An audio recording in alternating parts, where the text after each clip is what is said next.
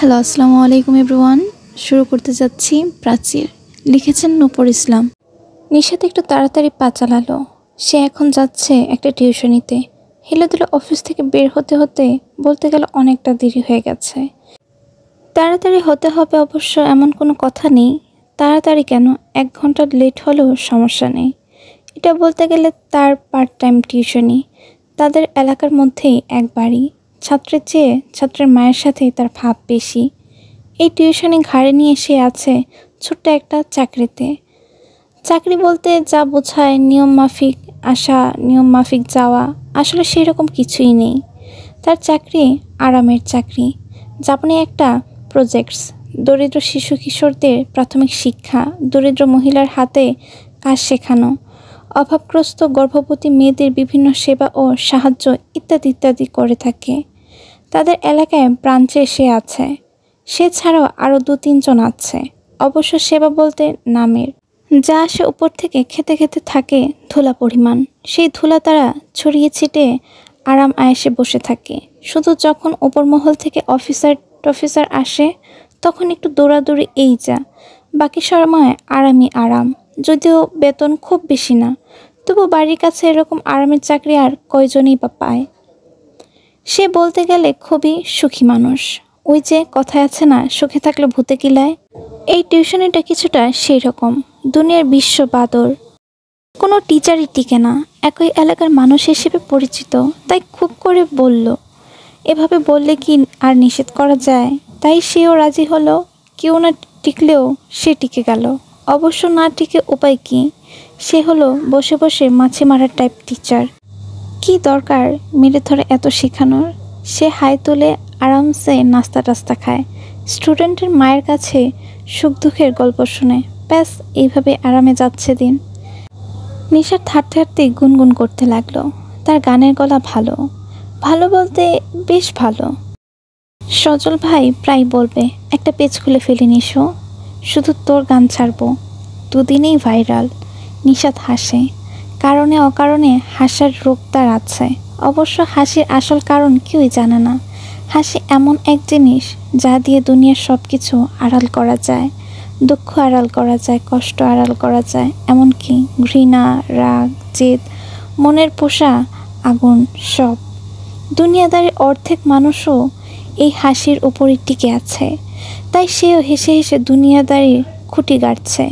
টিকে থাকতে তো হবে নাকি? তাই সেই দিনও হাসছে। তার বাবা ভাইরাল হওয়ার ইচ্ছে নেই, আসলেই নেই। সে শান্তিপ্রিয় মানুষ। খেয়ে দিয়ে আরামসে গুনগুন করে, এতেই শান্তি। এই যে যেমন এখন করছে। আমার মতো আছে কে সুখী? আয় সুখীরা আমার কাছে। তখনই বিকট শব্দ হলো। জানতেন বিকট না, পুরো কলিজা কেঁপে ওঠা বিকট। নিশাত তো পুরো হেলে দুলে গেল। হেলে দুলেই থমকে দাঁড়িয়ে গেল। হলোটা কি? সে আশেপাশে দেখতে দেখতে মাথা ঘুরিয়ে পেঁচিয়ে ফিরতেই দেখলো অ্যাক্সিডেন্ট হয়েছে। কি কাণ্ড দেখো তো! এখন শাখা রাস্তার মধ্যেও অ্যাক্সিডেন্ট হচ্ছে। নিশ্চয়ই কোনো বড় লোকের বাপের বেটা নেশা টেশা করে গাড়ি চালাচ্ছে। ফালতু যত সব। এদের জন্যই না সব শান্তি নষ্ট। আরামসে একটু হাঁটাহাঁটি করবে সেই জায়গাও নেই। কলিজা ফেপসে হাতে নিয়ে রাস্তাঘাটে চলাচল করতে হবে। শালা বদমাইশের দল। এই বদমাইশদের জন্যই সাধারণ মানুষের সব শান্তি বিনষ্ট। বলে নিষেধা মহা বিরক্ত হলো। এই মহা বিরক্ত নিয়ে আবার যেতে নিল। বদমাইশদের জন্য সময় নষ্টের মানে হয় না। তবে যেতে গিয়ে আবার দাঁড়িয়ে সেখান থেকেই একটু উকিঝুঁকি মারল। বাঙালি বলে কথা, শান্তি যতই নষ্ট হোক কৌতূহল থাকবে না। গাড়িটাও বাবা বেশ দামি। তোরা থাকবি গুলশান বনানীতে, এইরকম বসতে এলাকাতে তোদের কাম কাজ কি? নিশিতা উকিঝুঁকি মারতে মারতেই 2 কদম এগোলো। জায়গাটা মেন রাস্তা থেকে একটু ভিতরে, বসত এলাকা আর একটু ভিতরে। তাই গলিটা বলতে গেলে পুরোই ফাঁকা। তবুও তার মতো কিছু লোকজন এসে জমা হয়েছে। ফিরে যাবে না যাবে না, দুমন দুদশায় মাঝে নিশাত আরও এগিয়ে গেল। না এগিয়ে উপায় কি? মনের শান্তি বড় শান্তি। মন চাইছে এই তামাশা আরও একটু দেখতে, তাই বাবা চলল। মুখ দর্শন যেহেতু হয়েছে, চরণ আর বাদ থাকিবে কেন? নিশাতের মতো বাকি সবাই ওকে চোখে মারছে। গাড়ির ভিতর থেকে লক, আর মধ্যে কালো গ্লাস, ভেতরে কিছুই বোঝা যাচ্ছে না। তবে কেউ আছে, সারা শব্দ নেই অবশ্য, তবে অনুমান করা যাচ্ছে এটা তো টার্জান দ্য ওয়ান্ডার কার না যে একা একাই চলবে। নিশাত এগিয়ে পুরো গাড়িটাকে একবার ঘুরে ফিরে দেখল। গাড়ির যে অবস্থা, কারেন্ট খাম্বার ভিতরে অর্ধেক সেঁতে গেছে, পটল তুলে ফেলেছে কি না কে জানে। পেছন থেকে বলল, চাচা ভাইরা ও কিছু কি না মেরে গাড়ির কাজটা ভেঙে ফেলেন, তাহলে ভেতরের আপডেটটা একটু জানা যাবে। দম যদি থাকে ব্যবস্থাও তো করা দরকার। তার কথা শুনেই সবাই তার দিকে তাকালো। নিশাত জোরপূর্বক একটু হাসলো। এটাকে অবশ্য হাসি বলা যায় না, ঠোঁট ভেটকানো বলা যেতে পারে। সে ভেটকে একটু সাইড হলো। উপস, গাড়ির অবস্থা দেখে আবেগী হয়ে মুখ ফসকে বেরিয়ে গেল। তা না হলে ভালো কি বা মন্দ, অন্য কোনো কাজে টাজে সে নেই, সত্যিই নেই। সে মহাত্মা গান্ধীর 3 বাণের নীতি চলার চেষ্টা করেন, যেমন না কিছু দেখে, না কিছু শোনে, না কিছু বলে। তবে আজ মুখ ফসকে বের হলো কেন কে জানে। অবশ্য তার কথায় কারো মাঝে খুব একটা আগ্রহ দেখা গেল না, না থাকারই কথা। কে চায় সেদের ঝামেলা ঘাড়ে আনতে। তবে সবাই অবাক করে দিয়ে সাইড থেকে এক লোক এগিয়ে এলো। হাতে তার বড় সাইজের একটা ইট, দেখে বোঝা যাচ্ছে শরীরে গোস্তের পরিমাণ কম থাকলেও মনে প্রাণের তার বেজায় উৎসাহ। এগিয়ে আসতে দেরি, তবে মারতে দেরি হয়নি। উৎসাহ যত ছিল, শক্তি তার ছিটে ফুটাও নেই। না থাকারই কথা, বরং থাকলেও অবাক করার বিষয় হতো। তাই কাজ ভাঙেনি, তবে ফেটে গেছে। অবশ্য দামি গাড়ি দামি কাজ বলে কথা। লোকাল বাসের হলে সমস্যা ছিল না, ছোট্ট পাটকেলে ভেঙে চৌচির। নিশাত নিজের নীতির বাইরে গিয়ে আবারও একটা অকাজ করল। আবার এগিয়ে উৎসাহ দিয়ে বলল, ভাই আরেকটা মারেন। প্রথমটায় যেহেতু ফাটেনি, আরেকটা নিশ্চয়ই ভাঙবে। বলে নিজে অবাক হলো, আল্লাহ, আজকে হচ্ছে কি তার সাথে? নিজের কাজে তো নিজেই বিস্ময়ে খাবে খেতে হচ্ছে। ভেতরে মানব দরদি মনে হয় আজ ফেটে বেরোতে চাইছে। সাবধান নিশাত, সাবধান। বাকি জনতাও সায় জানালো, নিজে না পারুক, আরেকজন পারছে এই কম কি। এবারও বলতে দেরি, মারতে দেরি নেই। যাক, এবার দামি গাড়ির দামি কাচের মান ভেঙেছে, আর ভাঙতেই এক লম্বা চওড়া লোকের মুখ দৃশ্যমান হলো।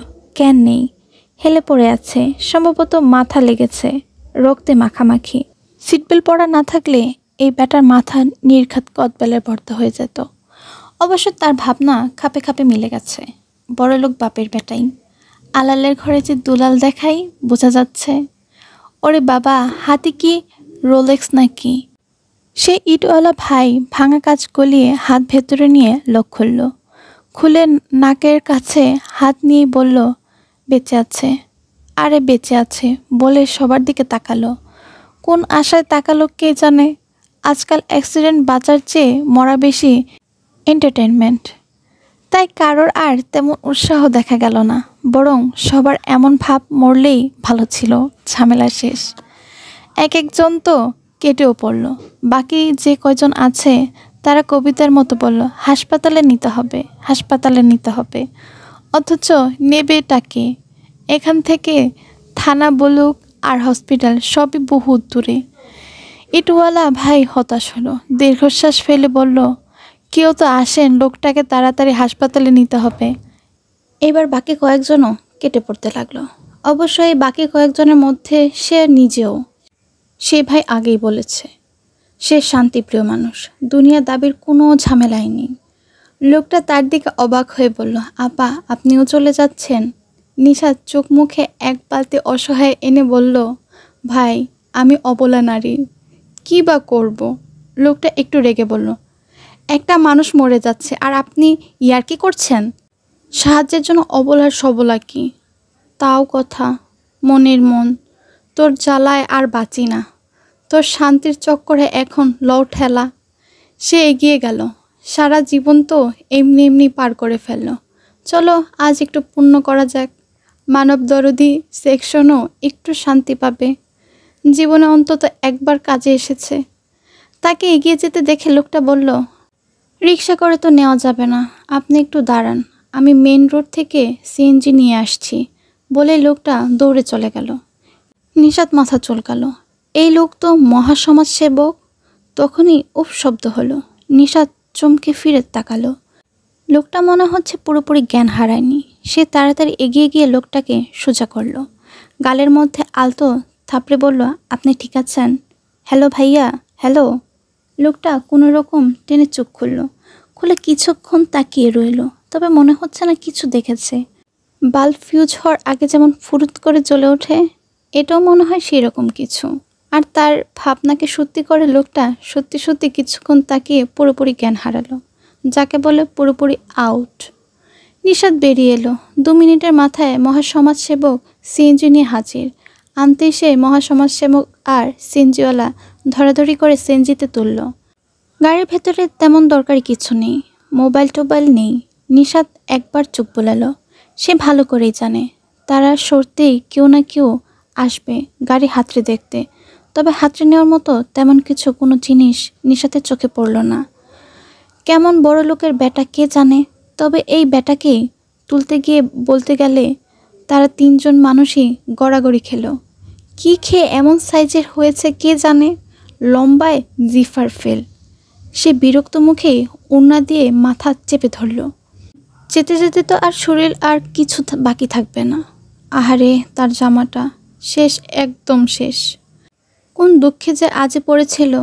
এই বেগুনি রঙই তার জন্য কোফা, জনমকার কোফা। এর আগে একবার এই রঙের ড্রেস পরেই ড্রেনের জন্য খোঁড়া গড়তে উল্টে পড়েছিল। আরেকবার রিক্সা থেকে, আজ আবার এই ঝামেলা। ধুর, জীবনে আর এই রঙের জামাই কিনবো না বলে লোকটার মুখের দিকে তাকালো। কেমন ফ্যাকাশে দেখাচ্ছে। ওরে বাবা, লোকের ওপরেই মরে গেল নাকি। নিশাত তাড়া লাগিয়ে সিএনজিওয়ালাকে বলল, তাড়াতাড়ি টানেন চাচা, মরে টরে গেলে দায় নেবে কে?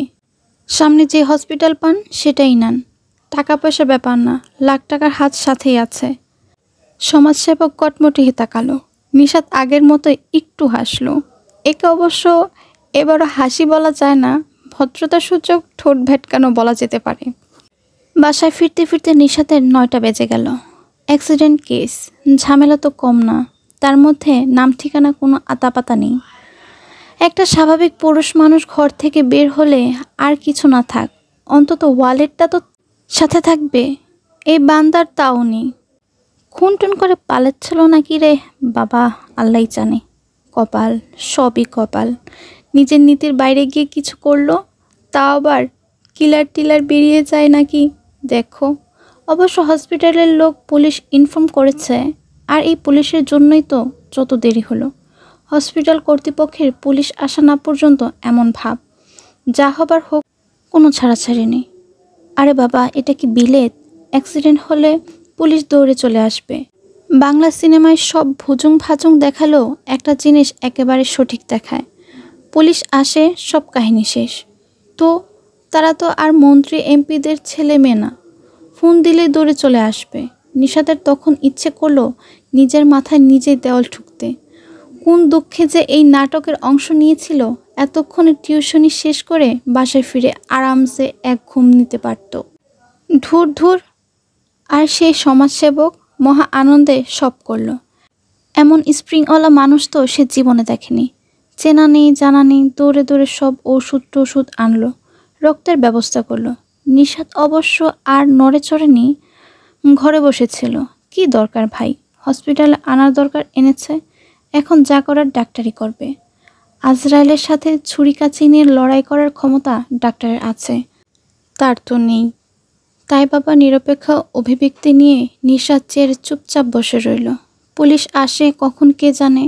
টাইম পাসের জন্য মনে মনে এক লাইন গুনগুনো করল, পিড়িতে মোড়ে করিয়াছেন দেওয়ানা, হাসন রাজা পীড়িত করিয়া হইয়াছেন ফানা। হাসন রাজা ফানা হয়েছে কিনা নিশাত জানে না, তবে বসে থাকতে থাকতে সে হলো তেনাবেনা। তাকে তেনাবেনা করে পুলিশ শেষমেশ পৌঁছলো 8টার ওপরে। আসতেই নিশাত কবিতার মতো সব বলল।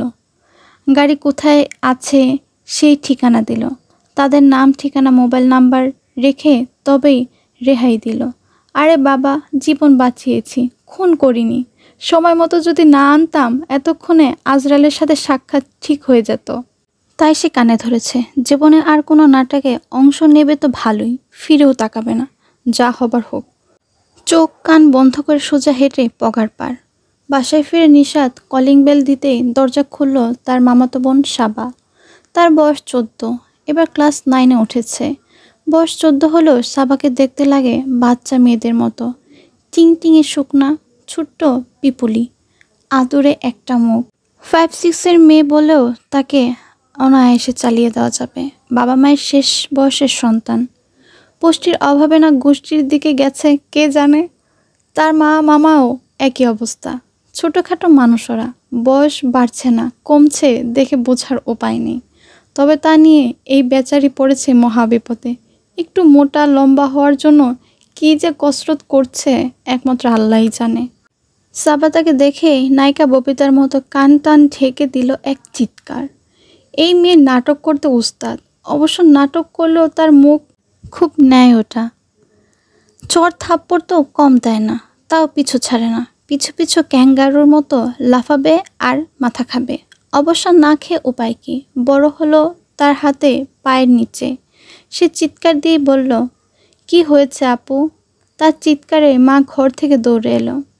তার মায়ের নাম সুলতানা বেগম। বিয়ের আগে ছিল শুধু সুলতানা, আগে পিছে কিছু নেই। নানার নাম ছিল সুলতান, সুলতানের একমাত্র কন্যা সুলতানা।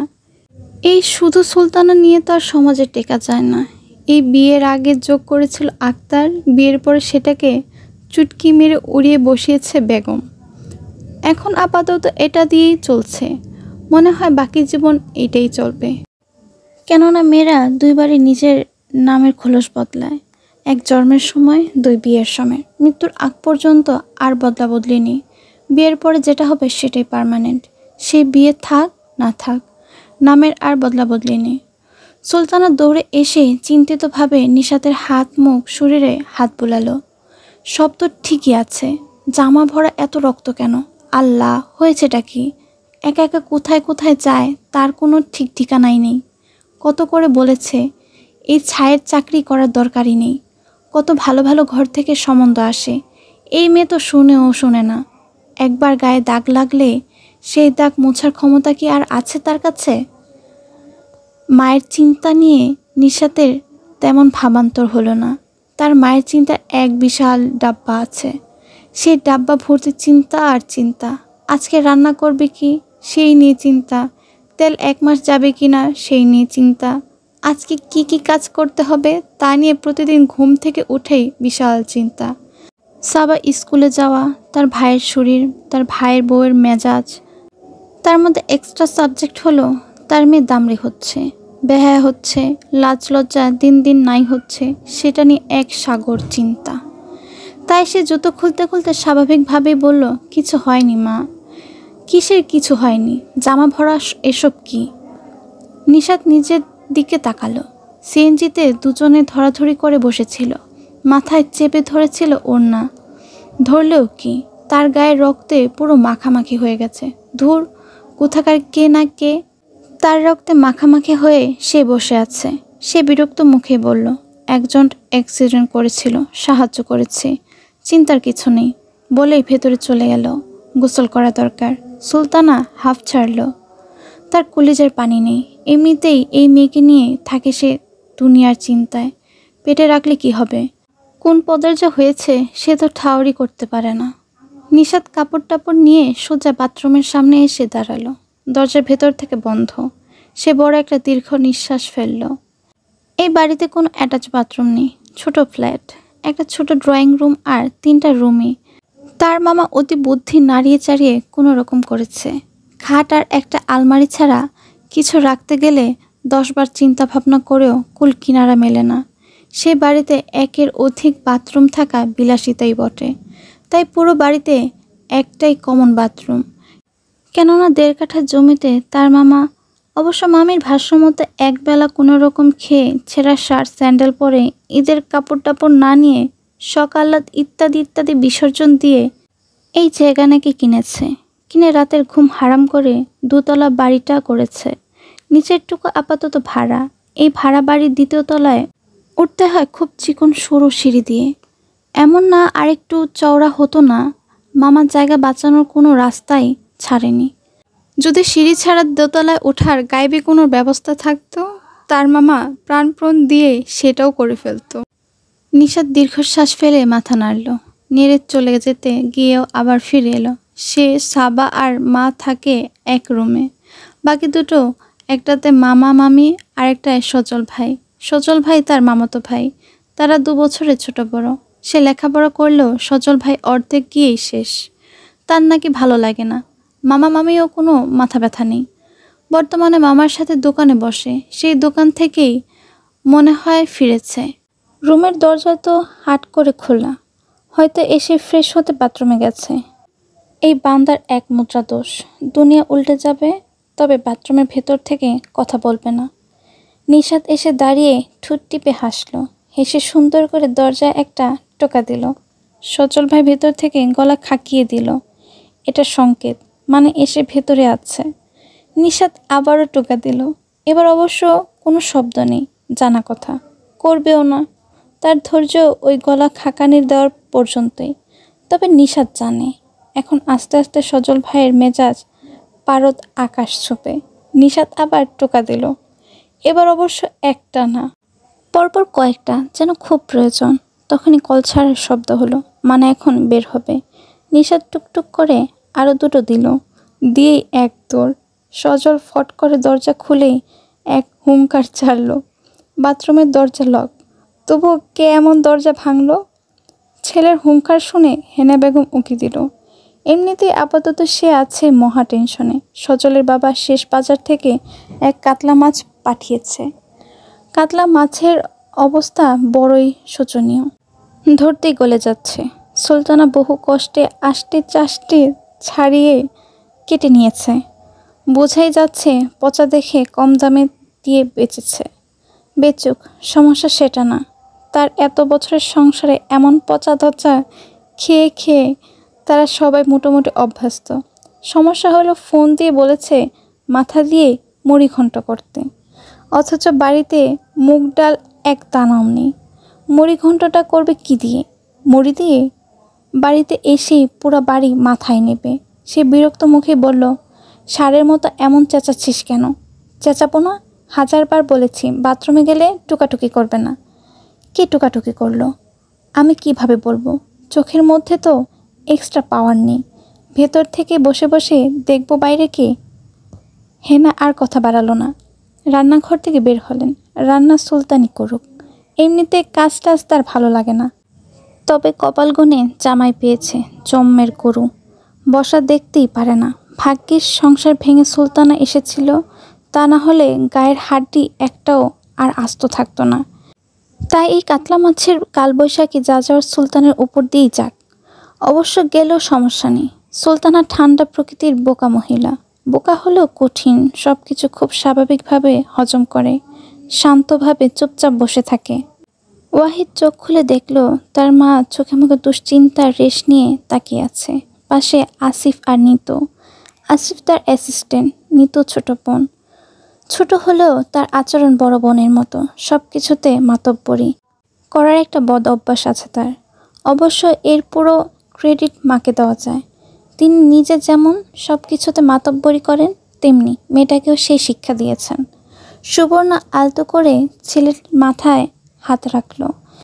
ছেলেটা এত গড়, কোনো কথা দিয়েই তিনি টলাতে পারেন না। বয়স 30 হতে চলল, বিয়ে করবে না। তারা একটা ভুল করেছে, সেই ভুল ধরে বসে আছে। কিছুতেই বিয়ের জন্য রাজি করাতে পারছে না।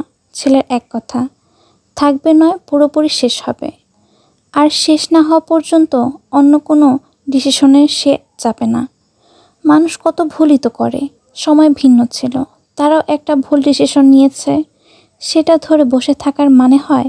লামিয়া কত ভালো মেয়ে, তাদের জন্য কি সারা জীবন বসিয়ে রাখবে? শুধু তার মুখের দিকে তাকিয়ে সবাই অপেক্ষা করছে। এই নিয়ে কাল দুজনের মধ্যে খুব কথা কাটাকাটি হয়ে গেল। ছেলেটা রেগে গেলে চোখে দেখে না, কাকে দোষবে? তার নিজের স্বভাবই এমন। ওয়াহিদের বাবা ছিল শান্ত, কোমল মনের মানুষ। বাবার সব পেলেও স্বভাব হয়েছে একদম নিজের মতো। রেগে বাসা থেকে বেরোলে আর খবর নেই। ফোন টোন কিছুই সাথে নেয়নি। বাড়িতে কারো খাওয়া ঘুম নেই। ফোন এলো 12টারও পরে থানা থেকে। অ্যাক্সিডেন্টের খবর শুনলো। শুনে কি আর হুঁশ আছে? কিভাবে যে এই হসপিটাল পর্যন্ত এসেছে একমাত্র সেই জানে। একমাত্র ছেলে তার। বুকের টান কি আর সন্তান বুঝছে? মাকে দেখিয়ে ওয়াহিদের খুব অভিমান হলো। অভিমান অবশ্য প্রকাশ পেল না। সে শক্ত পিষ্ঠ মানুষ। অভিমান প্রকাশ না পেলেও কাঠিন্য ঠিক প্রকাশ পেল। সেই কাঠিন্যতা থেকে আস্তে করে মাথায় থেকে হাত সরালো।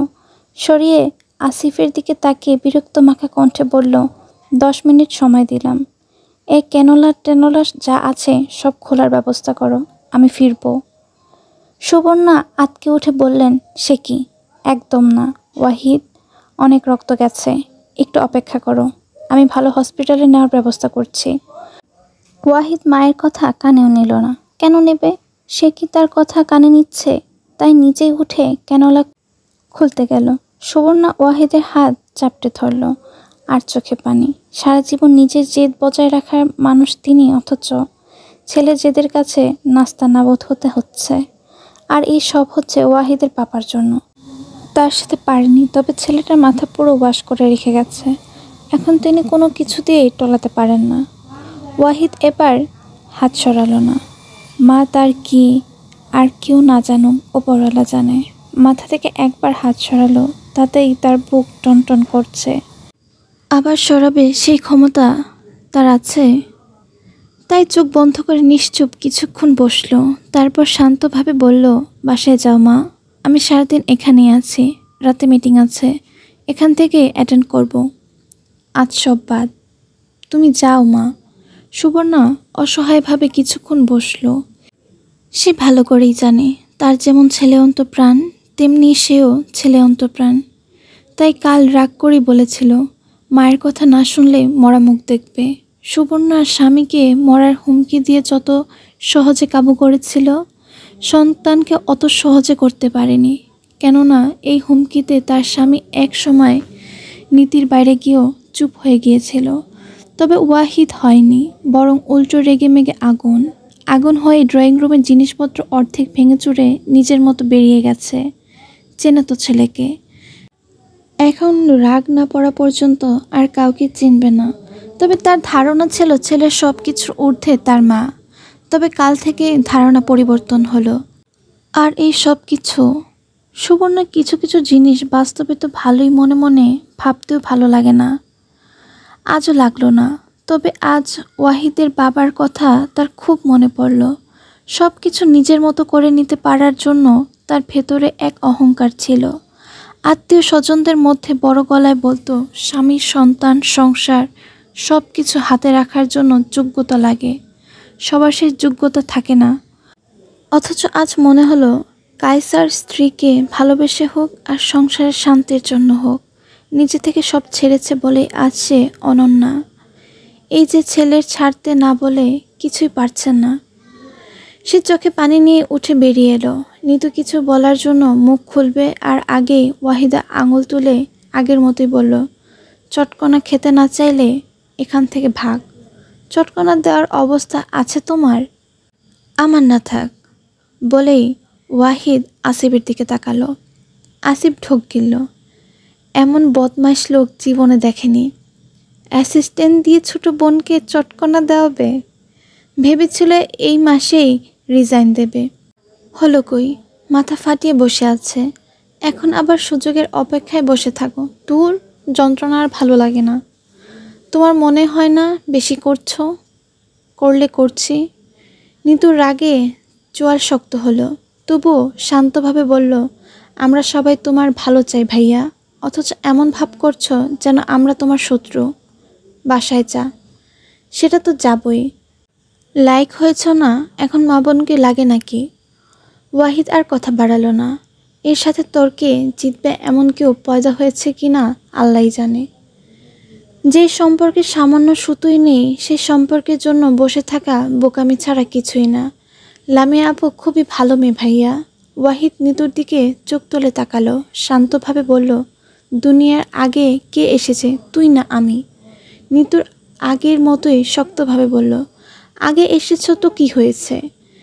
তুই যদি বড় হও, জ্ঞান থাকতো, তাহলে তো ঠিকই বুঝতে যার জন্য বসে আছো তার বয়স আমার মতোই। আর আমার বিয়ে হয়ে এক বাচ্চা হয়ে গেছে। তোমার কি ধারণা সে তোমার জন্য বসে আছে? ওয়াহিদ শান্ত চোখে নিতুর দিকে তাকিয়ে রইল। কলেজ ভার্সিটিতে তার খুবই বদনাম ছিল। রাগলে সে মানুষ চেনে না। এবার তো এক বড় ভাইকে এক ঘুষিতে দাঁত নড়িয়ে ফেলেছিল। এখন অবশ্য সেই রকম রক্ত গরম নেই, তবে কিছুটা তো অবশ্যই আছে। এই যে এখন কেমন শরীর জ্বলছে, অথচ সে বাবার হাত ধরে প্রমিস করেছে মা আর এই ফাজিলকে আগলে রাখবে। নিতু তার ভাইকে চেনে, এই যে শান্তভাবে তাকিয়ে আছে এই রূপও চেনে। তবে সে ভালো করেই জানে ধমক ছাড়া ভাইয়া তাকে কিছুই দেবে না। মায়ের মতো জেদ পেলেও বাবার আদর্শে ভরপুর। তবে আর কথা বাড়ালো না, অযথা সময় নষ্ট, তাই নিজে বেরিয়ে গেল। নিতু বেরিয়ে যেতেই ওয়াহিদ আসিফের দিকে তাকিয়ে বলল, আমি এখানে এলাম কি করে? একটা ছেলে আর মেয়ে নাকি ধরাধরি করে নিয়ে এসেছে। ওয়াহিদ আবার শুয়ে পড়ল, মাথা ঝিমঝিম করছে। রেগে বাসা থেকে বেরিয়ে হাই স্পিডে গাড়ি টেনেছে। কোথা থেকে কোথায় এলো কে জানে। হুঁশ ফিরল সামনে এক লোক দেখে, রাস্তা পার হচ্ছিল। তাকে বাঁচাতেই হুট করে পাশের গলিতে ঢুকে গেছে। ঢুকে আর কন্ট্রোল রাখতে পারেনি। ভাগ্যিস কারেন্টের খাম্বার সাথে লেগেছে। কোনো মানুষ হলে কি করত? বড় একটা শ্বাস ফেলে ওয়াহিদ চোখ বন্ধ করলো। করতেই অবছায়া একটা মুখ চোখের সামনে ভেসে উঠল। সাথে সাথে ওয়াহিদ চোখ খুলে বলল, তাদের ঠিকানা বের করো। সকালের এই সময়ের অফিসটা নিশাতের খুব ভালো লাগে। নিরিবিলি পরিবেশ, সাথে এক কাপ চা, ব্যাস শান্তি। এই শান্তিটা সে খুব উপভোগ করে। উপভোগ করতে করতেই বেলা বাড়ে। তার সাথে সাথে লোকজনও আসতে থাকে। তাদের সব সমস্যা শোনা, লিখে নোট করা, বাছাই করে রিপোর্ট তৈরি করা, জমা দেওয়া খুবই ধৈর্যের কাজ। নিশাতের অবশ্য ধৈর্যের অভাব নেই। পরের বাড়িতে যারা গোদের ওপরে বিস্ফোরা হয়ে থাকে, তাদের আর কিছু থাকার না থাক, ধৈর্য অবশ্যই থাকবে। এখন অবশ্য চাইলেও মা মেয়ে ছোট্ট একটা চড়ুই পাখির বাসা হতে পারে। তবে তার মা মাথায় হাত বুলিয়ে বলবে, উপকারী উপকার ভুলে যারা পিঠ বাঁচিয়ে চলে যায় তারা অকৃতজ্ঞ। আমরা কখনো অকৃতজ্ঞ হব না। মামা মামি যেমনই থাক, বিপদের সময় যে মাথায় ছায়া দেয় সেই হয় পরম বন্ধু। তাদের দোষ দেখতে হয় না। নিশাত অবশ্য কখনো দেখেও না। ওই যে বললাম, সুখী মানুষ ভালো থাকার জন্য কত কিছুই না করে। মুখে কুরুপ আটে, চোখে কালো কাপড় বাঁধে, আর সে তুলেছে এক প্রাচীর। সে প্রাচীর ভেদ করে কিছুই আর তাকে স্পর্শ করে না বলে সে সবসময় ভালো থাকে। নিশাত চায়ের কাপটা টেবিলে রেখে চোখ বন্ধ করল। মনে মনে গুনগুন করে গাইল, এই আধো আলো আধো ছায়া চোখ ভরে নাও, এই আমায় কিছু নাই বা দিলে। তখনই নিচু স্বরে কেউ তাকে সালাম দিল। নিশাত চোখ খুলল।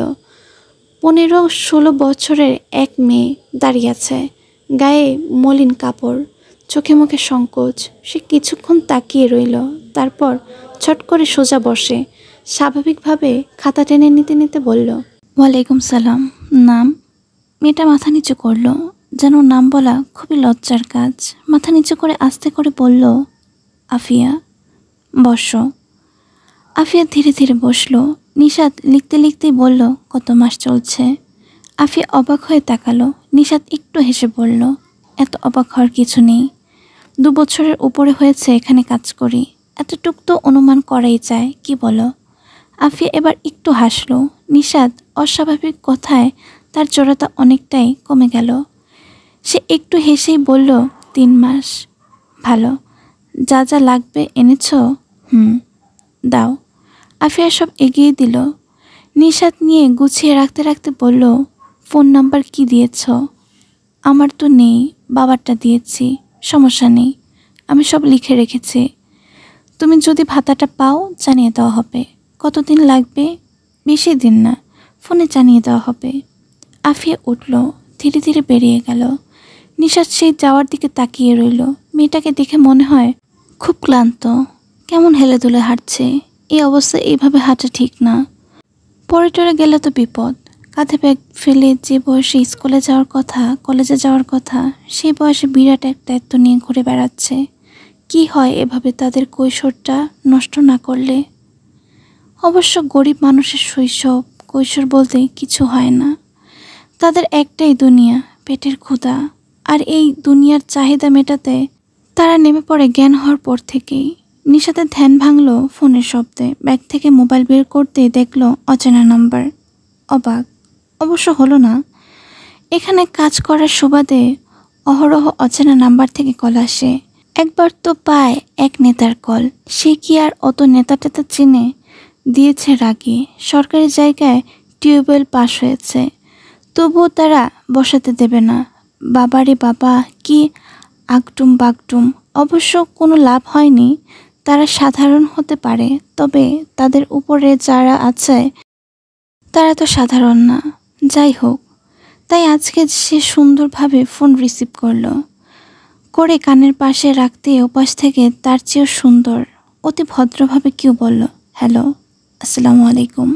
নিশা তো তার ভেতরে অতি অতি ভদ্র সত্তাকে নাড়িয়ে চাড়িয়ে বলল, ওয়ালাইকুম সালাম। আপনি ভালো আছেন ম্যাডাম? জি ভালো। কে বলছেন? আমি আসিফ মাহমুদ। আপনি কি সাদিয়া বলছেন? নিশা দীর্ঘশ্বাস ফেলল। অযথা সময় নষ্ট।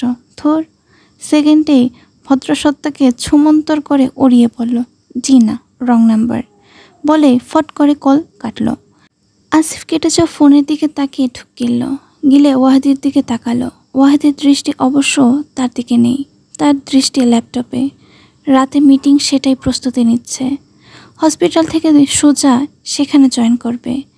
দেখো তো যন্ত্রণা। থানা থেকে তো এই নাম্বারটাই দিল, এখন বলছে রং নাম্বার। ধুর, বলেই সে আবার থানায় ফোন দিল। কোনো কাজ যদি এই পুলিশদের দিয়ে ঠিকঠাকভাবে হয়। একজনেরটা দিয়েছে ঠিক, আরেকজনেরটা দিয়েছে পুরাই বেঠিক। নিশাত খাতা অঙ্ক করতে করতে বলল, অঙ্ক বুঝেছ সায়ান? সায়ান তার ফুলকোর দাঁতে হাসল, হেসে সোজা বলল, না ম্যাডাম। কেন? সোজা যোগ অঙ্ক। যোগ হোক বিয়োগ হোক, অঙ্ক কখনো সোজা হয় না ম্যাডাম। কালকে হোমওয়ার্কে অঙ্কে ছিল 95, আর 15 যোগ 15 তো হাত পা দিয়ে চালিয়ে দিলাম, কিন্তু 95টা আঙ্গুল দিয়ে কোথায় পাবো? বাবা মা দাদরটা মিলেও হয়নি। নিশাদ সায়নের দিকে তাকালো, মাথা চুলকে বলল, তুমি 95কে একেবারে গুনতে গেছো কেন? কালকে কিভাবে দেখালাম? তাছাড়া আঙুল না হয় কম পড়েছে। কর তো আর কম পড়ার কথা না। করের কথা আর বলবেন না ম্যাডাম। এই যে দেখেন, এক এক জায়গায় 2-3টা করে দাগ। আপনি তো সেখান এক দাগে একটা গণনা। তো এত এত দাগ আমি তো হিসেব মেলাতেই পারি না। নিশাদ নির্বাক চিত্তে কিছুক্ষণ তাকিয়ে রইল। জীবনে কোনো পুণ্য করলে এমন চিজ পয়দা হয়, একমাত্র আল্লাহই জানে। তারপর তার মতোই বলল, আর ইংরেজি, সেটাই কি দোষ করলো? হোমওয়ার্কের খাতা দেখালাম, সাদা ফকফকা। অঙ্কের টেনশনেই তো ইংরেজি করতে পারলাম না ম্যাডাম। সারা রাত ঘুম হলো না, সকালে স্কুলে যেতে দেরি হলো, প্রেজেন্টই দিতে পারিনি। একদিন না দিলে আবার 5 টাকা। বাসায় ফিরতে মা কান মলে দিল, এই যে দেখেন লাল হয়ে গেছে। বিরাট সমস্যা। জি ম্যাডাম। পড়ালেখার সমস্যা, আম্মু বোঝে না। একদম সত্য। এখন আসো আবার বুঝিয়ে দিই। তোমার সমস্যা শুনে আমার নিজেরই মাথা ঘুরছে। আজ থাক ম্যাডাম। এক তো রাতে ঘুম হয়নি, তার মধ্যে আবার কান ব্যথা করছে। এমন মোচড় দিয়েছে, ছিঁড়ে যে হাতে চলে যায়নি, এই আমার ভাগ্য। পরে সবাই খেপাতো, কান ছেঁড়া সায়ান। নিশাদ ঠোঁট টিপে হাসল। এত বিচ্ছু লেখাপড়া না করার এক এক দিন এক এক বাহানা ঠিক তৈরি থাকে। তখনই তার ফোন বাজলো।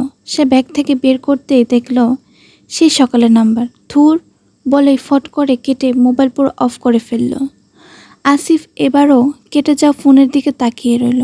সমস্যা কি সেটাই তো বুঝতে পারছে না। থানা থেকে তো আবার এই নাম্বারটাই দিল। তখন কি অন্য কেউ রিসিভ করছিল? ইয়া মাবুদ, কি প্যারার মধ্যে যে আছে একমাত্র আল্লাহই জানে। একদিকে স্যার, একদিকে স্যারের মা, আরেকদিকে তার নিজের বউ। এই চাকরি করতে গিয়ে সময় তো দিতেই পারে না, বাসায় গেলে ঝাড়ু বাটি নিয়ে তেড়ে আসে। এই তিমাত্রার চাপে সে চিড়ে চ্যাপ্টা। আবার শুরু হয়েছে এই নতুন যন্ত্রণা। আল্লাহ ধৈর্য দাও। তখনই ওয়াহিদ কেবিন থেকে বের হয়, মাথায় ব্যান্ডেজ, তবে গায়ে ফুল ড্রেস আপ। দেখে বোঝার উপায় নেই এত বড় অ্যাক্সিডেন্ট থেকে গতকালই সে বেঁচে ফিরেছে। আসিফ দৌড়ে গিয়ে তার পাশাপাশি হলো। ওয়াহিদ ব্যস্তভাবে এগিয়ে যেতে যেতে বলল, পেয়েছ? জি স্যার। ছেলেটার নাম? কবির। কথা হয়েছে? আর চেষ্টা করছি স্যার। কোন দেশের নেত্রী সে? চেষ্টা করে খুঁজ বের করতে হয়। আসিফ উত্তর দিল না, তবে মনে মনে ঠিক মুখ বাঁকালো। বাকিয়ে মনে মনেই বলল, সেটা তো আপনি বলেন। কি এমন করেছে যে এমন ছাঁকনি দিয়ে ছেঁকে খুঁজে বের করতে হবে? আরে বাবা, মানুষই তো মানুষকে সাহায্য করে, তারাও করেছে, ব্যাস কাম খতম। তা না, তাদের এখন বাটি চালান দিয়ে খুঁজে বের করো। কেন রে ভাই? চাকরিতে জয়েন হওয়ার পর থেকে একজনকে খুঁজতে খুঁজতে গলার কাছে দম এসে আছে, এখন আবার আরেকজন। আল্লাহ, অন্তত এই বান্দার উপরে একটু রহম করো। ওয়াহিদ গাড়িতে গিয়ে বসলো। আসিফের মুখের দিকে তাকিয়ে বলল, কোনো সমস্যা? আসিফ সাথে সাথে দুপাশে মাথা নাড়ল। নাড়তে নাড়তে বলল, ম্যাম বারবার ফোন দিচ্ছে স্যার, রাতে কি বাসায় ফিরবেন? ওয়াহিদ ল্যাপটপ অন করতে করতে একটা শব্দে বলল, না। সুলতানা ক্লান্ত চোখে মেয়ের দিকে তাকালো। এসে ঢুকে গেছে রান্নাঘরে, এখন ব্যস্ত হাতে রান্না করছে। আগুনের তাপে শ্যামলা বরণ মুখটা কেমন মায়াবী লাগছে। সাথে কিছু একটা গুনগুন করছে, হয়তো কোনো গান। মেয়েটার গানের গলাটা হয়েছেও এত মিষ্টি। স্কুলে এমন কোনো বছর ছিল না গানের জন্য পুরস্কার না আনতো, অথচ কোনো মাস্টার নেই, গান শেখার অবস্থা নেই। শুনে শুনে কি সুন্দর সুর তুলে। শুধু গান না, যে কোনো কাজে এই মেয়ে চোখের দেখায় ফট করে ফেলতে পারে। এই যে রান্না, সংসারের এত কাজ, সে কিছুই নিজে শেখায়নি। পরের সংসারে এত সময় কই হাতে ধরে শেখাবে? একা একাই কেমন যেন শিখে গেছে। করবিও খুব গুছিয়ে, তবে নিজের বেলায় খুব এলোমেলো। নিজের কোনো কিছু নিয়েই তার মাথা ব্যথা নেই। বেতনের টাকা এসে সব তুলে দেবে আমার হাতে, কোনো শখ নেই, কোনো আহ্লাদ নেই। এখনও কাপড় টাপড় সব তার নিজে কিনে দিতে হয়। সে অবশ্য এমন ছিল না, বাবা মায়ের আদরের মেয়ে ছিল, লেখাপড়া ছিল ডাব্বা। সেজেগুজে টিপটপ হয়ে ঘুরে বেড়াতো। সেই বেড়াতে বেড়াতেই নাজিম পেছনে পড়ল। বাবা তখন নারায়ণগঞ্জ পাওয়ার হাউসে চাকরি করে, সেখানে কোয়ার্টারেই থাকতো তারা। নাজিম ছিল তাদের পাশের কোয়ার্টারে আন্টির ভাগিনা। বাবা মায়ের ছাড়াছাড়ি পরে খালার কাছ থেকে লেখাপড়া করত, সেখান থেকে দুজনের পরিচয়। কথায় আছে, সুন্দরী মেয়েরা বোকা হয়। সে হলো তার চলজান্ত উদাহরণ। তা না হলে চাল নেই চলো নেই এমন ছেলের মধুর কথায় ফেসে যাবে কেন? জানা কথা, বাবা মা কখনো মানবে না। তাই এক রাতের আধারেই তার হাত ধরে পালিয়ে গেল। অবশ্য পালিয়ে গিয়ে আফসোস কখনো হয়নি। টাকা পয়সা কমতি থাকলেও নাজিমের ভালোবাসার কমতি কখনো ছিল না। অদৃশ্য এক মায়ার চাদরে আগলে রেখেছিল। কি যে ভাগ্যবতী মনে হতো তখন নিজেকে। নাজিমের ব্যবসা ভাগ্য ভালো ছিল, কয়েক বছরেই বাজিমাত। সবাই বলে অর্থ না থাকলে ভালোবাসা জানালা দিয়ে পালায়। আসলে কথাটা সত্য না, অর্থ থাকলে আসলে ভালোবাসা জানালা দিয়ে পালায়। তারটাও যে কখন পালিয়ে গিয়েছিল সে বুঝতেই পারেনি। নিশাত রান্না করতে করতে মায়ের দিকে তাকালো। তার মা এক ধ্যানে তার দিকে তাকিয়ে আছে। পুরো সংসারের কাজ এক হাতে করে, চোখে মুখে ক্লান্তি স্পষ্ট। মামি শুধু, মামা যতক্ষণ বাড়িতে ততক্ষণই তিনি খুব ব্যস্ত থাকেন। ঝাড়ু দেওয়া ঘরে দেখা গেল ঝাড়ু দিচ্ছেন, গোছানো আলমারি কাপড় সব নামিয়ে গোছাচ্ছেন। সারাদিন রান্নাঘরে পা না দিলেও মামা আসার আগে ঠিক বসে থাকেন, এমন ভাব দেখান দুনিয়ার কাজ করে ফেলছেন। এসব দেখা যায়, বোঝা যায়, তবে পরের বাড়িতে থেকে কখনো কিছু বলা যায় না। নিশাত অবশ্য কাউকে কিছু বলে না। এই যে তার মা ক্লান্ত শরীরে চুপচাপ বসে আছে, এখনও কিছু বলল না, কেননা সে ভালো করেই জানে মা তাকে দেখছে না, জীবনের হিসেব নিকেশ করে। অথচ হিসেবটা করা দরকার ছিল আরও অনেক আগে। সময় ফুরলে হিসেব কুলোয় না। সে আবার ফিরে ডালে ফোড়ন দিল, মাছটা ভালো করে ধুয়ে নিল। পাঙ্গাস মাছ, গরম পানিতে ভালো করে না ধুলে গন্ধটা নাকে লাগে। সে ধুয়ে মশলা মাখালো আপন মনে। মায়ের হিসেব নিকেশ নিয়ে তাকে তেমন বিচলিত মনে হলো না। অবশ্য হয়েই বা লাভ কি, মানুষের কাছ থেকে সব বিচ্ছিন্ন করা যায়, তবে তাদের স্মৃতি না। ভালো হোক মন্দ, সেটা ভার সারা জীবন বহন করতেই হয়। সে মাছের মশলা মাখিয়ে জিরে খুলল, ভেজে গুঁড়ো করে রান্নার শেষে ছিটিয়ে দেবে। এই বাড়িতে কাজের সময় কিছুই পাওয়া যায় না। সে হাত ধুয়ে ওড়না মুছতে মুছতে বেরোলো। এই বাড়িতে রান্না হয় দুবার, এক সকালেরটা খেয়ে যে যার মতো বেরিয়ে যায়। বাসায় থাকি শুধু মা আর আমি। তারা দুপুরের জন্য আলাদা কিছু করে না, যা থাকে তাই দিয়ে চালিয়ে দেন। আর করেন রাতে বলতে একটু দেরিতেই, কেননা মামা দোকান বন্ধ করে 11টায়। এসে তিনি গরম গরম খাবার খান। গরম খাবার প্লেটে না পেলে গ্লাস ছড়ে মারেন। তাই রান্নার আয়োজন হয় 9টার পরে। শুধু রান্না না, এই বাড়িতে প্রতিটা সময়ের ঘন্টা চলে মামার মেজাজে। পান থেকে চুন খসলেই ধুমধামাকা চলে।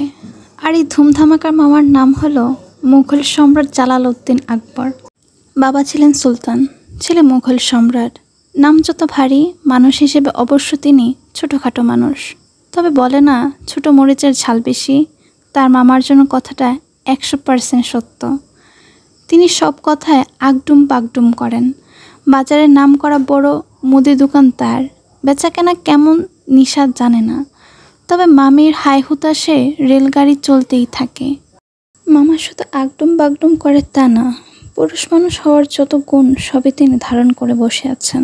তারপর এক্সট্রা গুণ হলো দুনিয়ার অলক্ষণে কাজ, কুসংস্কার সব তিনি মানেন। সকালে বাসি ঘর থেকে বের হবেন না, মাকে তার আগে উঠে বাসি ঘর ছাড় দিতে হয়, চুলো জ্বালাতে হয়। একবার বের হয়ে দুনিয়ার গায়েব হোক, পেছনে ফিরে তাকাবেন না। কোনো কিছুতে বাধা পেলে তিনি ধরেই নেবেন এই কাজ জন্মের মতো শেষ। ভর সন্ধ্যা মানেন, ভর দুপুর মানেন, আরও কত কিছু যে আছে বাবা। লিস্ট করতে গেলে পৃথিবীর বুকের খাতার কলম শেষ হবে, তবে লেখা শেষ হওয়ার নাম নেবে না। মামি মামাকে জমের মতো ভয় পায়। অবশ্য বলতে গেলে বাড়ির সবাই ভয় পায়। সেই ভয়ের মধ্যে নিশাত নিজেও আছে, তবে সবার চেয়ে একটু কম বলে মামা তাকে সবসময় দেখে অগ্নিদৃষ্টিতে। রান্নাঘর থেকে বের হয়ে নিশাত এগিয়ে সজল ভাইয়ের রুমে উকিয়ে দিল।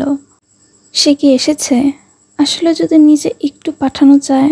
অবশ্য আজকাল তার চেহারা দেখা যায় না বললেই চলে। বড় হলো একসাথে, একই ছাদের নিচে, অথচ এখন লেজ বাঁচিয়ে চলে। ওকে দিতেই পেছন থেকে সজল হালকা করে মাথায় চাটি মারল। সে মাত্রই এসেছে, এসে দেখে এই রমণী দরজায় উকি দিচ্ছে। এই অভ্যাসটা অবশ্য নিশাতের ছোটবেলার। সে কখনো সোজা রুমে আসবে না, আগে একটু করে উকি দেবেই, তারপর একটু হাসবে। এই হাসা শুধু ঠোঁট ছাড়ানো পর্যন্তই সীমাবদ্ধ। এই মেয়ে চোখ কখনো হাসে না। নিশাত চোখ পাকিয়ে তাকালো। তাকাতেই সজল সাইড দিয়ে রুমে যেতে যেতে বলল, চুন্নি। নিশাত মুখ বাঁকিয়ে বলল, কোন দেশের রাজা তুমি? নিশাতের এত খারাপ দিনও আসেনি চুরি করতে তোমার রুমে আসবে। সজল খাটে বসল, তার দৃষ্টি নিচে। আজকাল কেন জানি নিশাতের দিকে তাকাতে পারে না। সে কিছু খোঁজার তাগিদে অন্য পাশে দৃষ্টি রেখেই বলল, তাহলে কেন এসেছিস? নিচ থেকে 50 টাকা জিরে এনে দাও। মাত্রই দোকান থেকে এলাম, ফোন দিসনি কেন? তখন জানতাম নাকি? কি ছায়ের কাজকাম যে করিস তোরা, যা লাগে একেবারে লিস্ট করিস না কেন? আমাদের হলে ঠিক করতাম, আমাদের না তো তাই করি না। সজল ফিরে তাকালো, তাকাতেই তার নিঃশ্বাস বন্ধ হয়ে এলো। আজকাল নিশাতের দিকে তাকালেই তার এমন হয়। সে সাথে সাথে চোখ ফিরিয়ে নিলেই বা কি? নিশাত নিয়ে ঘেমে একাকার, মুখ লাল হয়ে আছে। কুকড়ানো চুল কপালের এপাশ ওপাশ দিয়ে স্বর্ণলতার মতো ঝুলে আছে। তাকে দেখতে লাগছে একেবারে পুতুলের মতো। চোখ ফেরাতেই কি চোখ থেকে সরানো যায়। সে সাথে সাথে উঠে দাঁড়ালো। এই এক কারণে বেশিরভাগ সময় সে বাড়িতেই থাকে না।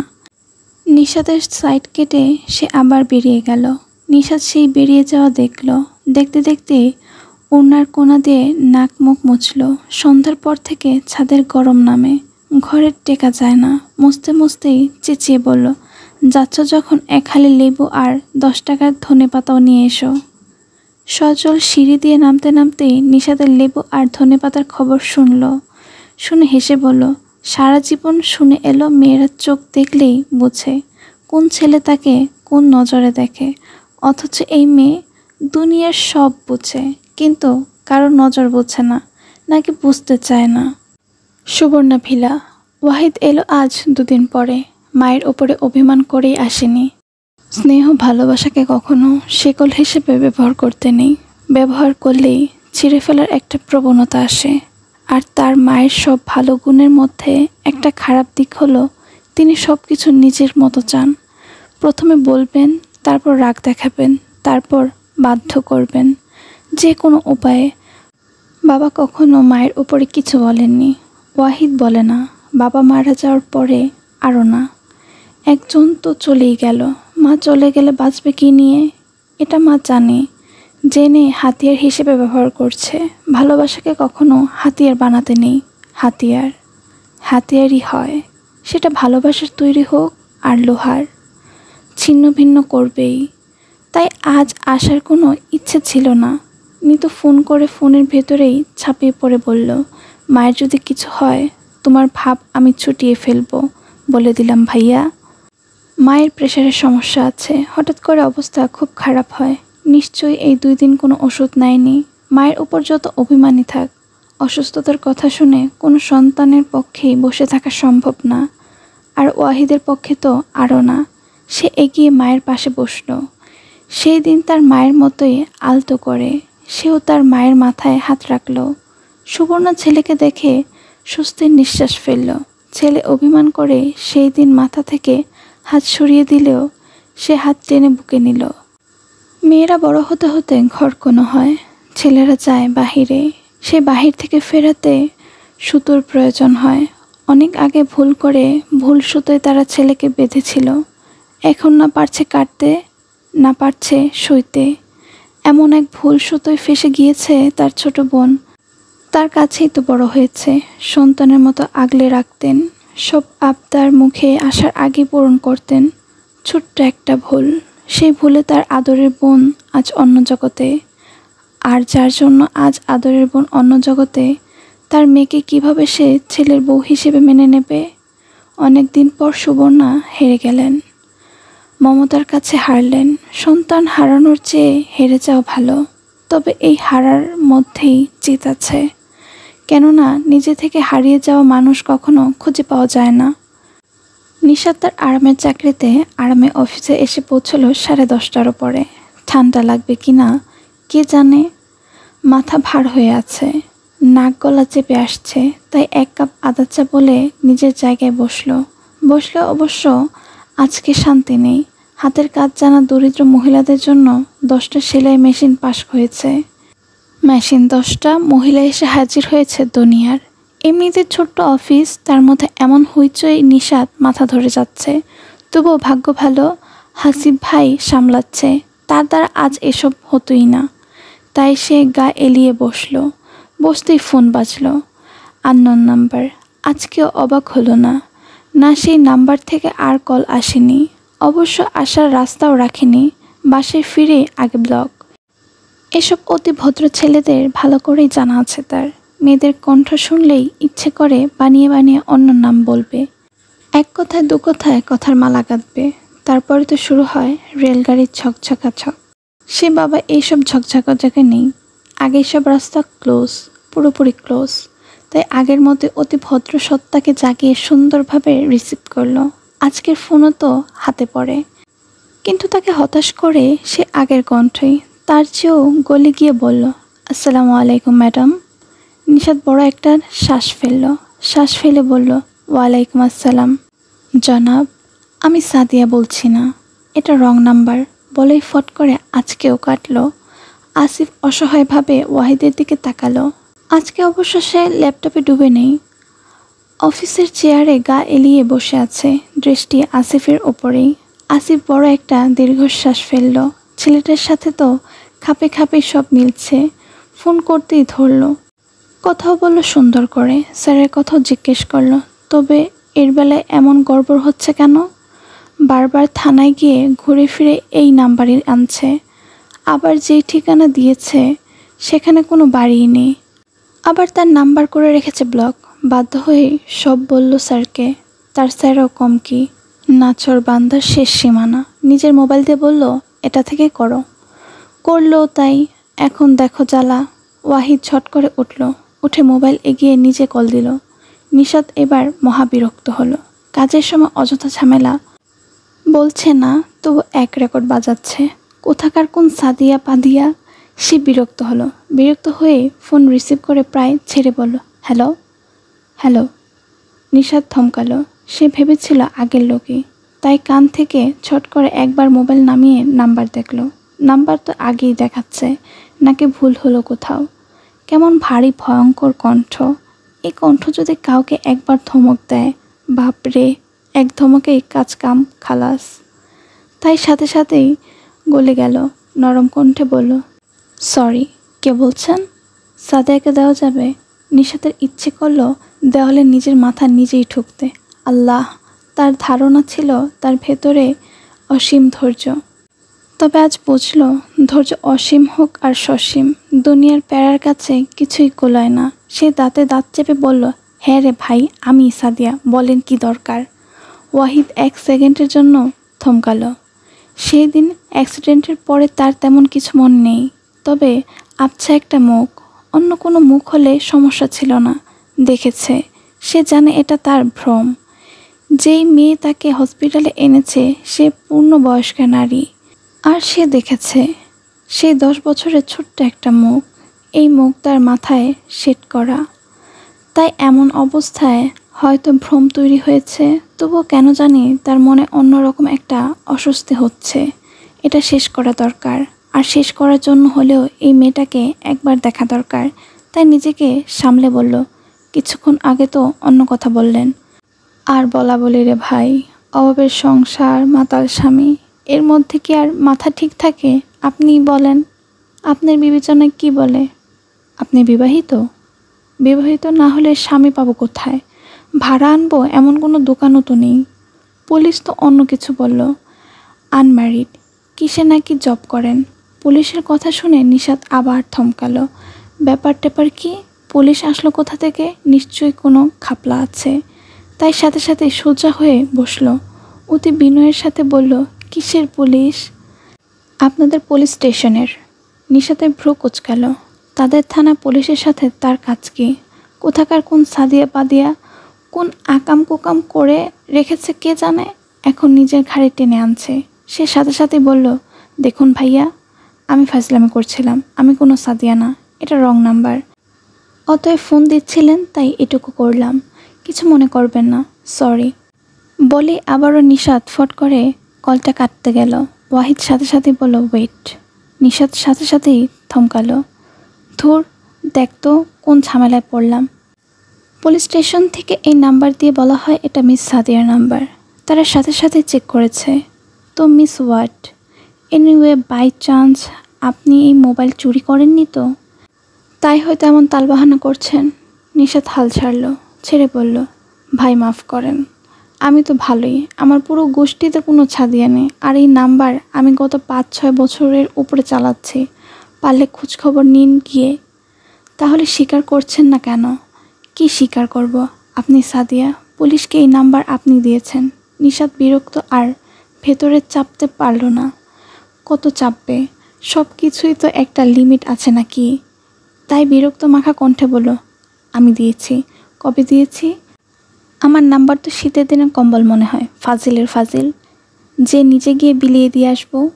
তোর কোন পুলিশ বাপ বলেছে বল? ওয়াহিদের রাগ হওয়ার কথা, কেউ তাকে তুইতুকারি করছে। তবুও কেন জানি হাসি পেয়ে গেল।